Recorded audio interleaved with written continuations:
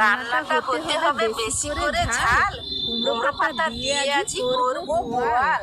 কুমড়ো পাতা দিয়ে বোয়াল আমার মায়ের হাতে প্রথম খাওয়া। প্রথমে মাছটি কেটে ভালো করে ধুয়ে আলু সর্ষে এবং শুকনো লঙ্কাটা বেটে নেব। তারপর কুমড়ো পাতাগুলো কেটে নিয়ে বেছে নেব। একটা পাত্রে মাছগুলো নিয়ে একে একে নুন, হলুদ, পেঁয়াজ বাটা, লঙ্কা বাটা, সর্ষে বাটা, রসুন বাটা ও সর্ষের তেল দিয়ে ম্যারিনেট করে নেব। একটা কুমড়ো পাতা হাতে ঘষে ম্যারিনেট করা মাছটি ওতে রেখে তার উপরে একটি কাঁচা লঙ্কা দিয়ে পাতাটি মুড়ে নিয়ে আঁচ জ্বালিয়ে কড়াইতে তেলে হালকা আঁচে ঢাকা দিয়ে 15 মিনিট ভালো করে ভেজে নিলে রেডি কুমড়ো পাতা দিয়ে বোয়াল। গরম গরম ভাত আর তার সাথে কুমড়ো পাতা দিয়ে বোয়াল যদি সাথে থাকে তাহলে দুপুরটা জমে যাবে।